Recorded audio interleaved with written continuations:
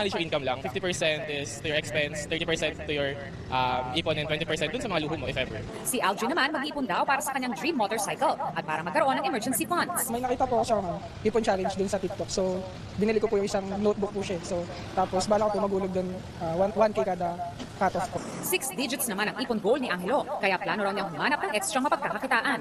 Alam na rin niya kung saan ilalagay ang iniipon. Digital banks na ngayon para mag-earn ng mas mataas na interest. Ayon sa isang financial literacy advocate, mahalagang magkaroon ng financial plan at goal. Makakatulong daw ito sa hinaharap at para iwas financial stress na rin. Kung alam mo kung ano ang gusto mong maging, yung mga dapat mong gawin at dapat mong makuha, mas malinaw sa'yo. At para simulan ito, maging specific kung magkano ang target ng savings o investment.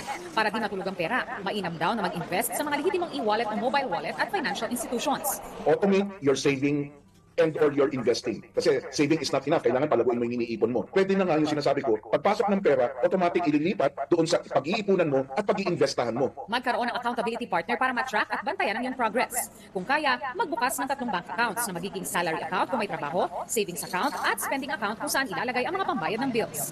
Sa mas maraming pagkakataon na hindi mo hawak yung pera, mas malaki ang tsansa na hindi ka mag-impulsive buying.